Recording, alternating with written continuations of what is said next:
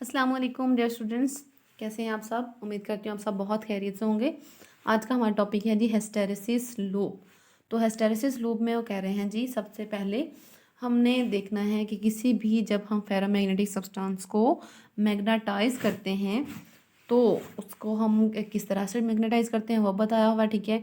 और फिर वो बताते हैं कि वो जो पूरा आपके पास प्रोसेस है वो किस तरह से वेरी करता है, और जो हमें मैग्नेटिक फील्ड मिल रही है फेरोमैग्नेटिक सब्सटेंस की वो किस तरह से चेंज हो रही है दूसरी क्वांटिटी के साथ।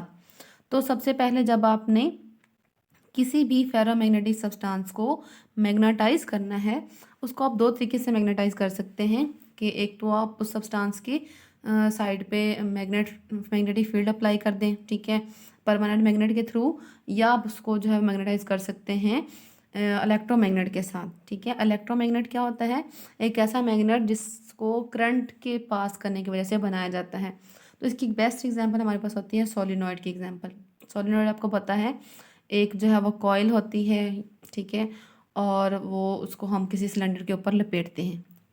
और अगर हम यहाँ पे वो सिर्फ कॉइल ले लें और कॉइल को जिस चीज़ के ऊपर हमने लपेटा है वो जो सिलेंडर चीज़ है वो हम अगर फेरोमैग्नेटिक मटेरियल की ले लें, और जब हम करंट पास करेंगे सोलिनॉइड में से, तो जो करंट की वजह से मैग्नेटिक फील्ड पैदा होगी वो मैग्नेटिक फील्ड उस फेरोमैग्नेटिक मटेरियल के साथ भी अटैच होगी, और उस वजह से जो फेरोमैग्नेटिक सब्सटेंस है वो भी करंट के साथ साथ मैग्नेटाइज भी होगा। जब करंट मैक्सिमम जाएगा तो वो भी फुली मैग्नेटाइज हो जाएगी। जब करंट जो है वो ज़ीरो होगा तो फिर देखते हैं कि मैग्नेटिक फील्ड जो है फेरोमैग्नेटिक सब्सटेंस की किस तरह से चेंज होती है। तो हिस्टैरिसीस लूप की डेफिनेशन है कि ये ग्राफ है between magnetic field and current, ठीक है। करंट जो हम सॉलिनॉइड में पास कर रहे हैं जिसकी वजह से ये मैग्नेटिक फील्ड पैदा हो रही है, तो मैग्नेटिक फील्ड और ये जो हमारे पास मैग्नेटाइजिंग करंट है, इन दोनों का जो ग्राफ हम ड्रॉ करते हैं between different values of this quantities, वो जो ग्राफ हमें मिलता है वो एक लूप की शक्ल में मिलता है, इसलिए इसको हिस्टैरिसीस लूप कहते हैं। तो कहते हैं to investigate a ferromagnetic material, a bar of that material such as iron is placed in an alternating current solenoid when the alternating current is at its positive peak value. जब current जो है वो अपने positive peak पे होगा तो substance जो है वो फुली मैग्नेटाइज हो जाएगी इन वन डायरेक्शन, और जब ये करंट अपने नेगेटिव पीक पे जाएगा तो तब आपके पास जो मटेरियल है वो फुली मैग्नेटाइज हो जाएगा इन अपोजिट डायरेक्शन। और जब करंट ज़ीरो होगा तब मैग्नेटिक फील्ड क्या होगी? जब मैग्नेटिक फील्ड ज़ीरो होगी तब करंट क्या डायरेक्शन होगी? वो सारा चीज़ हम प्रोसेस में इसमें पढ़ते हैं। और जो हमें ग्राफ मिलता है जो कि एक लूप की शक्ल में होता है उसको बोलते हैं hysteresis loop. Thus, as the alternating current changes from its positive peak value to its negative peak value and then back to its positive peak value, the specimen undergoes a complete cycle of magnetization। यानी कि जो हमारे पास specimen है, जो ferromagnetic substance है, वो भी अपना पूरा साइकिल कंप्लीट करेगा मैग्नेटाइजेशन का।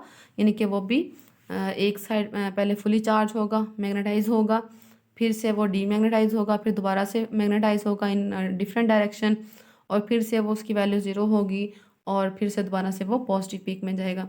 जैसे कि करंट चेंज हो रहा है बिल्कुल सेम टू सेम उसी तरीके से मैग्नेटाइजेशन जो है वो भी चेंज होती है।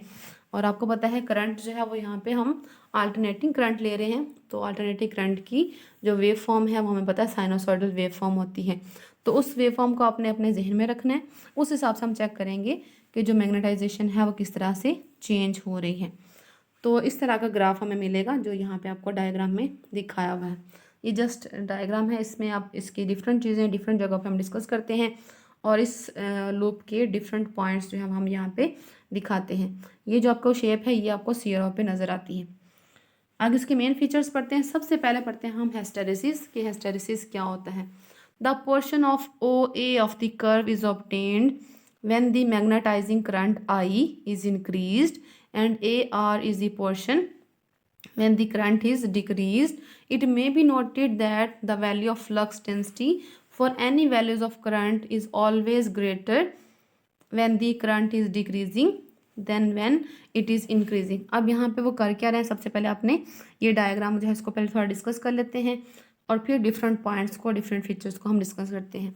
सबसे पहले ये जो डॉटेड लाइन है आपको दिखाई हुई है फिगर में, ज़ीरो से ए वाली, ये वो पोर्शन है जब करंट जो है वो 0 से इंक्रीज़ हुआ और इंक्रीज़ करके वो पहुंचा अपनी मैक्सिमम पोजीशन पे। इसी दौरान जो हमारे पास स्पेसिमेन है फेरोमैग्नेटिक सब्सटेंस का, वो भी फुली मैग्नेटाइज हो जाता है इन पॉजिटिव डायरेक्शन, ठीक है। और हम मूव करके, हम 0 से मूव करके पहुंच जाते हैं पॉइंट ए पे। फिर जब करंट जो है वो अपने पॉजिटिव पीक से वापस आता है, ठीक है, वो डिक्रीज़ होता है और डिक्रीज़ होके 0 आता है। उस केस में उस पॉइंट पे क्या होता है, जो आपके पास मैग्नेटिक फील्ड है वो करंट के साथ साथ डिक्रीज़ होके 0 पे नहीं पहुंचती, बल्कि क्या होती है वो उसकी वैल्यू जो है वो लैग कर रही होती है करंट को, वो पीछे पीछे रह रही होती हैं। तो जब करंट 0 हो गया होता है, उस पॉइंट पे जो हमारे पास मैग्नेटिक फील्ड है वो 0 नहीं होती, बल्कि यहाँ से हमारे पास जो कर्व मिलती है वो ए से आर वाली कर्व हमें मिलेगी। बजाय इसके कि ए से वो 0 पे चली जाए, तो वो ए से 0 पे नहीं जाती, बल्कि वो ए से आर पे चली जाती है। इधर से हमें नज़र आ रहा है कि करंट तो 0 हो गया, ठीक है, लेकिन मैग्नेटिक फील्ड अभी तक 0 नहीं हुई और इसको पॉइंट आर के नाम पे हमने जाहिर कर दिया। इस पॉइंट को रिटेंटिविटी या रेमिनेंस कहते हैं। और आसान लफ्ज़ों में हम ये कह सकते हैं कि करंट ख़त्म हो गया है लेकिन मैग्नेटिक फील्ड अभी तक ख़त्म नहीं हुई, वो अभी तक बाकी है, अभी तक मौजूद है। इसीलिए इस प्रोसेस को, इस पॉइंट को हम रेमिनेंस या रिटेंटिविटी, बाकी रह जाने वाला काम कहते हैं। फिर अगर जब हमारे पास करंट जो है वो 0 से डिक्रीज़ होगा और डिक्रीज़ होके वो नेगेटिव वैल्यू पे जाएगा, तो आफ्टर सम टाइम जो आपके पास मैग्नेटिक फील्ड है वो हो जाती है 0, ठीक है, और करंट जो अपने कुछ ना कुछ नेगेटिव वैल्यू पे मौजूद है। और यहाँ पे हमारे पास जो पॉइंट मिलता है कर्व पे, जिस पॉइंट पे मैग्नेटिक फील्ड 0 हो जाती है और करंट की कुछ ना कुछ वैल्यू जो है वो नेगेटिव होती है, या आप ये कह लें कि आपने मैग्नेटिक फील्ड को 0 करने के लिए करंट को जो है वो नेगेटिव साइड पे इंक्रीज़ किया, तो इस पॉइंट को सी से जाहिर किया जाता है और इसको कहते हैं कोरेसिव पॉइंट।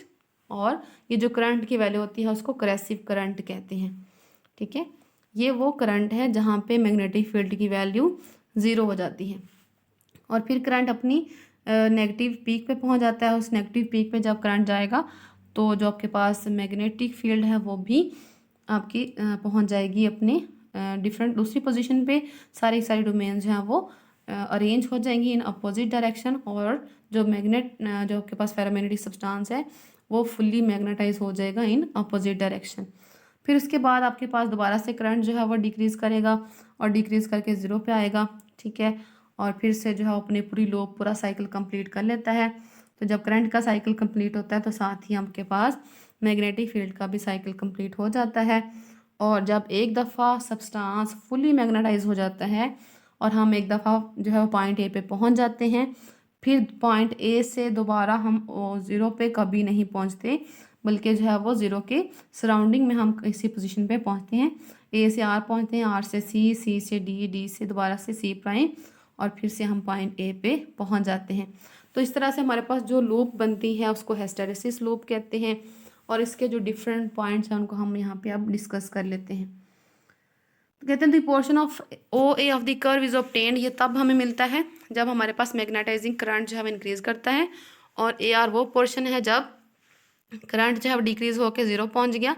और यहाँ से हम देख सकते हैं कि जो मैग्नेटिक फील्ड है वो करंट के पीछे पीछे चल रही है, ठीक है। करंट 0 हो गया, मैग्नेटिक फील्ड अभी 0 नहीं हुई, करंट नेगेटिव पे चला गया और मैग्नेटिक फील्ड 0 पे है। करंट जो है वो मैक्सिमम पे चला गया, नेगेटिव मैक्सिमम, और मैग्नेटिक फील्ड जो है उसके पीछे पीछे चल रही है, ठीक है। इसलिए हम कह सकते हैं कि जो मैग्नेटिक फील्ड है वो लैग कर रही है करंट को, ठीक है। और ये जो प्रोसेस है इसको हिस्टैरिसीस कहते हैं। और ये जो लूप हमें मिल रही है the graph between B and I, इसको कहते हैं हिस्टैरिसीस लूप।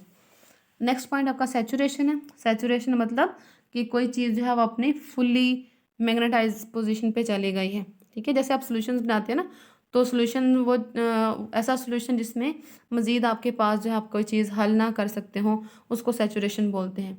तो यहाँ पे भी सैचुरेशन आपने लेनी है मैग्नेटिक फील्ड के सेंस में। तो जब एक मटेरियल जो है वो एक हद से ज़्यादा मैग्नेटाइज नहीं हो सकता या फुली मैग्नेटाइज हो गया, तो उसको आपने सैचुरेशन बोलना है। नेक्स्ट एमिनेंस और रिटेंटिविटी है आर पॉइंट, वो पॉइंट जहाँ पे करंट 0 हो गया लेकिन अभी तक मैग्नेटिक फील्ड 0 नहीं हुई, उसको आर रिटेंटिविटी या फिर रेमिनेंस कहते हैं। और क्रेसिविटी है next point, that means C point जहाँ पे आपने करंट को ज़ीरो किया, टू डीमैग्नेटाइज द मटेरियल, आपने मैग्नेटिक फील्ड को ज़ीरो करने के लिए मैग्नेटाइजिंग करंट को आपने रिवर्स किया है, and increase to reduce the magnetic field to zero, this is known as coercive current, और इसको सी पॉइंट से जाहिर करते हैं। और साथ में आपको एग्जांपल बता रहे हैं कि जो स्टील की क्रेसिविटी होती है वो ज़्यादा होती है, जबकि आयरन की क्रेसिविटी जो है वो कम होती है, क्योंकि आयरन को आप आसानी से डीमैग्नेटाइज भी कर सकते हैं और मैग्नेटाइज भी कर सकते हैं, जबकि स्टील को आप ना तो जल्दी मैग्नेटाइज कर सकते हैं, ना ही जल्दी आप डीमैग्नेटाइज कर सकते हैं। इसलिए हमारे पास स्टील की जो लूप होती है हिस्टैरिसीस लूप, वो उसका एरिया ज़्यादा होता है। ठीक है, देखिए यहाँ पे हमारे पास बड़ी लूप बन रही है, जबकि आयरन के केस में ही हमारे पास लूप जो है वो पतली बनती है, यानी कि उसका एरिया जो है वो कम होता है।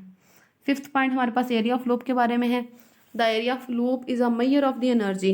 एरिया से हमें क्या पता चलता है, यहाँ से हमें पता चलता है कि हमें कितनी एनर्जी रिक्वायर्ड है किसी भी स्पेसिमेन को फुल्ली मैग्नेटाइज और डीमैग्नेटाइज करने के लिए। ठीक है, देखें जब भी आपने किसी चीज़ को तरतीब में रखना होता है, ऑर्डर में लेके जाना होता है, तो हमें कुछ ना कुछ वर्क डन करना पड़ता है। ठीक है, और वो वर्क डन जब हम फ्रिक्शन के अगेंस्ट करते हैं तो वो लॉस हो जाता है in the form of heat. वही प्रोसेस यहाँ पे भी हो रहा है। This is the energy required to do work against internal friction of the domains. Domains की जो इंटरनल फ्रिक्शन है उसके अगेंस्ट हमें जो काम करना पड़ रहा है, वर्क करना पड़ रहा है, उसको बोलते हैं एनर्जी लॉस। ठीक है, या इसको यहाँ पे इस एग्जाम्पल में हम इसको हिस्टैरिसीस लॉस भी कह सकते हैं। This work like all other works that is done against friction is dissipated as heat and it is known as hysteresis loss।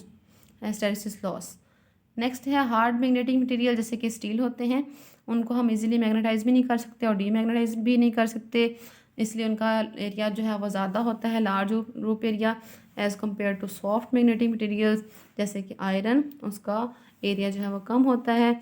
इसीलिए जो एनर्जी डिसिपेशन है वो स्टील के लिए ज़्यादा होती है, जबकि आयरन के लिए वो कम होती है। और आगे वो बता रहे हैं इनके यूजेस।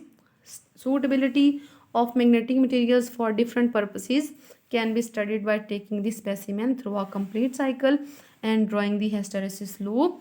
एक ऐसा मटेरियल जिसकी रिटेंटिविटी हाई होती है और कैसिविटी भी लार्ज होती है, force would be most suitable to make a permanent magnet. यानी कि एक ऐसा मटेरियल जिसकी कोरेसिविटी भी ज़्यादा है, रिटेंटिविटी भी ज़्यादा है, दैट मीन्स वो हार्ड मैग्नेटिक मटेरियल है, उसको परमानेंट मैग्नेट बनाने के लिए हम इस्तेमाल कर सकते हैं। जबकि ऐसे मटेरियल जो सॉफ्ट होते हैं, जिनको जल्दी से आप मैग्नेटाइज भी कर सकते हैं और डीमैग्नेटाइज भी कर सकते हैं, उनको हम जो है वो ट्रांसफार्मर में यूज़ करते हैं।